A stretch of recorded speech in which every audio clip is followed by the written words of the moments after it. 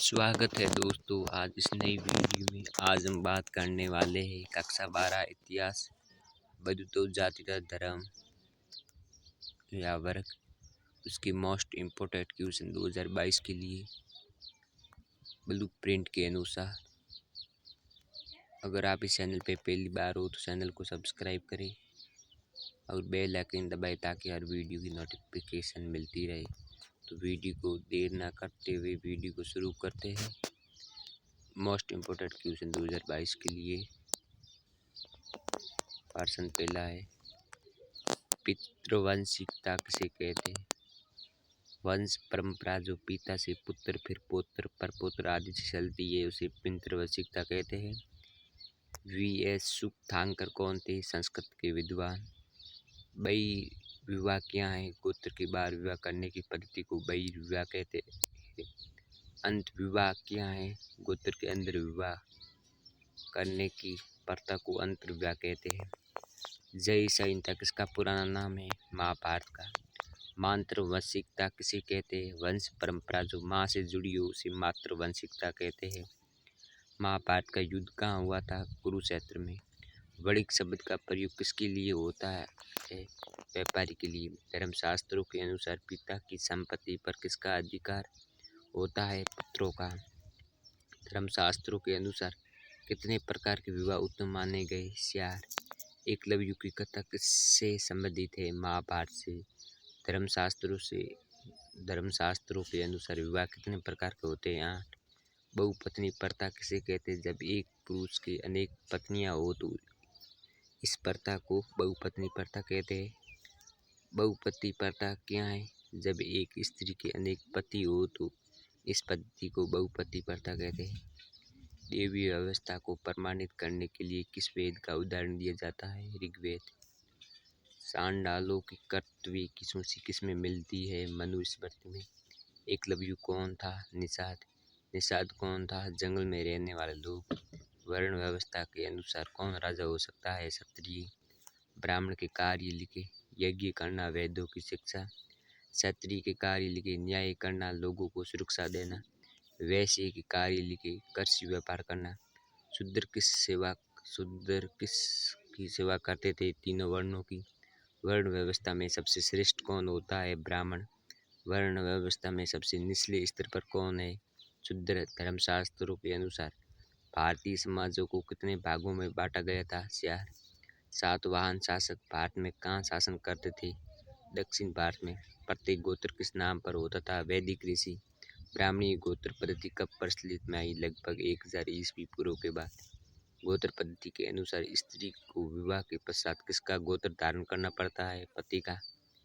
मनुस्मृति का संकलन कब किया गया? 200 ईसा पूर्व से 200 ईस्वी तक। धर्मसूत्र और धर्मशास्त्र के अनुसार कितने प्रकार के विवाह को सही माना गया? 4। रेशम के बुनकारों का वर्णन किस अभिलेख से मिलता है? मंदसौर अभिलेख से। बौद्ध भिक्षु का सीन किस देश का रहने वाला था? चीन। मंदसौर अभिलेख कहाँ पर स्थित है? एमपी में। गुजरात प्रदेश का प्राचीन नाम क्या था? लाट। कौरव और पांडव दोनों किस वंश से संबंधित थे? कुरु वंश से। पांडव और कौरव के बीच भूमि और सत्ता को लेकर हुए संघर्ष का चित्रण किसमें है? महाभारत में। ऋग्वेद की किस सूक्त में वर्ण व्यवस्था मिलती है? पुरुष सूक्त। मलेश क्या है?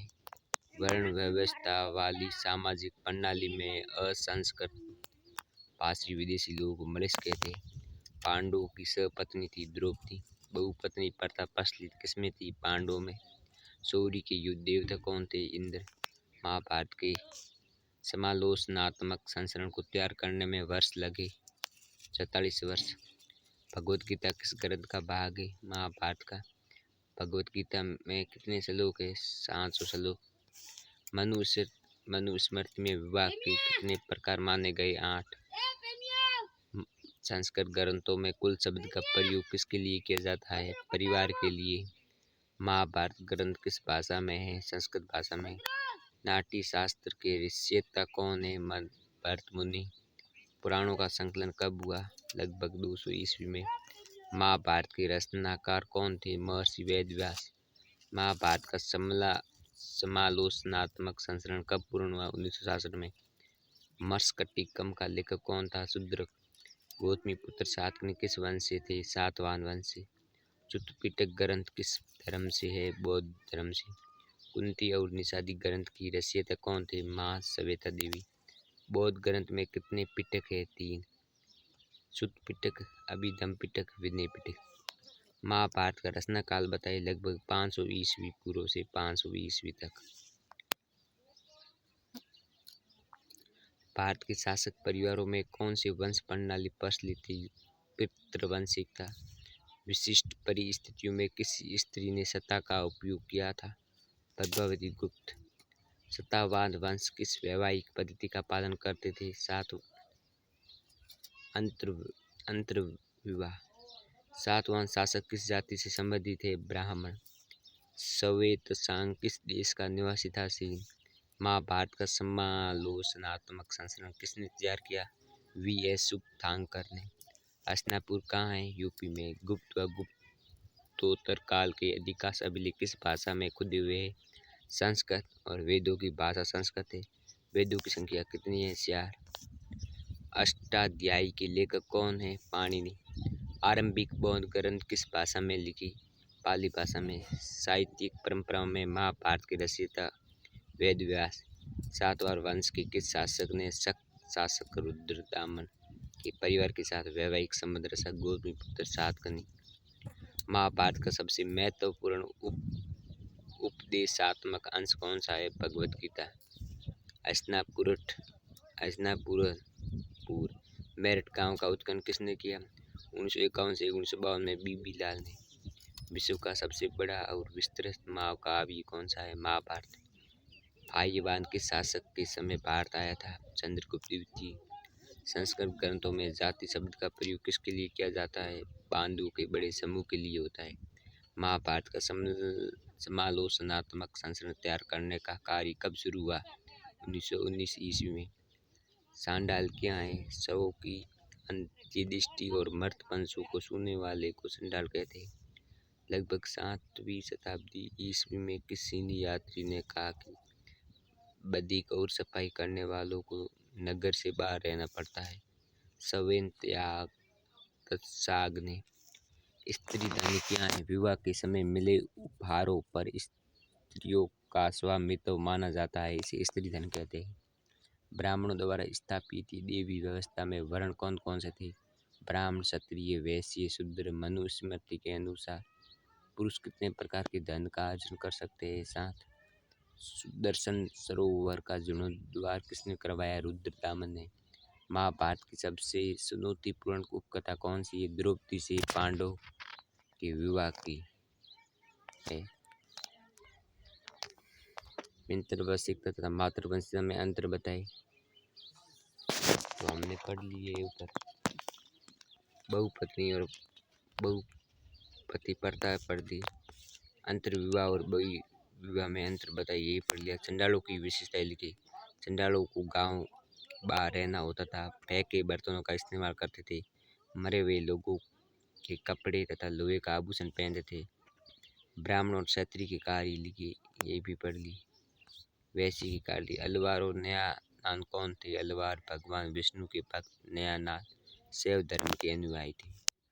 धर्मसूत्रों और धर्मशास्त्रों के अनुसार आदर्श जीविका नियमों का वर्णन करें, तो इसमें 4 वर्णन है। ब्राह्मण, क्षत्रिय, वैश्य, शूद्र, इसका वर्णन करना है। चंडाल क्या है? वर्ण व्यवस्था वाली सामाजिक प्रणाली में कुछ लोगों को अस्पृश्य घोषित कर दिया जाता है, उसे चंडाल कहते हैं। समाज में प्रचलित विवाह के नियम बताइए। विवाह के 8 प्रकार होते हैं, पर 4 सबसे प्रचलित है। बहिर्विवाह पद्धति, अंतर्विवाह पद्धति, बहुपति प्रथा, बहुपत्नी प्रथा।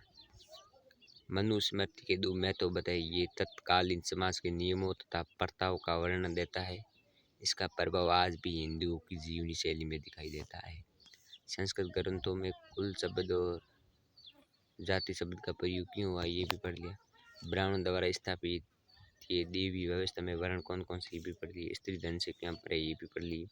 मनुस्मृति के अनुसार पुरुषों के लिए धन अर्जित करने की कोई दो तरीके बताए थे, विरासत और कार्य द्वारा। मनुस्मृति के अनुसार स्त्रियों के लिए संपत्ति अर्जन करने के दो तरीके, वैवाहिक अग्नि के समझ मिली भेंट, माता पिता द्वारा दिए गए आहार, प्रवृत्ति काल में मिली भेंट, स्नेह के प्रत्येक रूप में मिली। महाभारत का समलोचन संस्करण तैयार करने की परियोजना में कितने वर्ष लगे? 47 वर्ष, 1919 से 1968 तक चले। महाभारत के वर्तमान स्वरूप में कितने श्लोक है? 1,00,000 से अधिक श्लोक थे। महाभारत एक गतिशील ग्रंथ है। शताब्दियों से इस महाकाव्य के अनेक, तो ये भी आप नोट कर सकते हैं प्रश्न। इसके बाद मनुष्य में प्रेतक संपत्ति पर अधिकार के बारे में क्या बताया गया, ये भी आप नोट कर सकते हैं। मनुस्मृति के अनुसार पुरुष कितने प्रकार के धन अर्जन कर सकते हैं? 7, ये आप नोट कर सकते हैं। तो दोस्तों, आपको ये वीडियो कैसी लगी तो लाइक करें, कमेंट करें, दोस्तों के साथ शेयर करें और की ऐसी स्टडी क्लासेस चैनल को सब्सक्राइब करें। मिलते हैं तो अगले वीडियो में, देखते रहिए। धन्यवाद।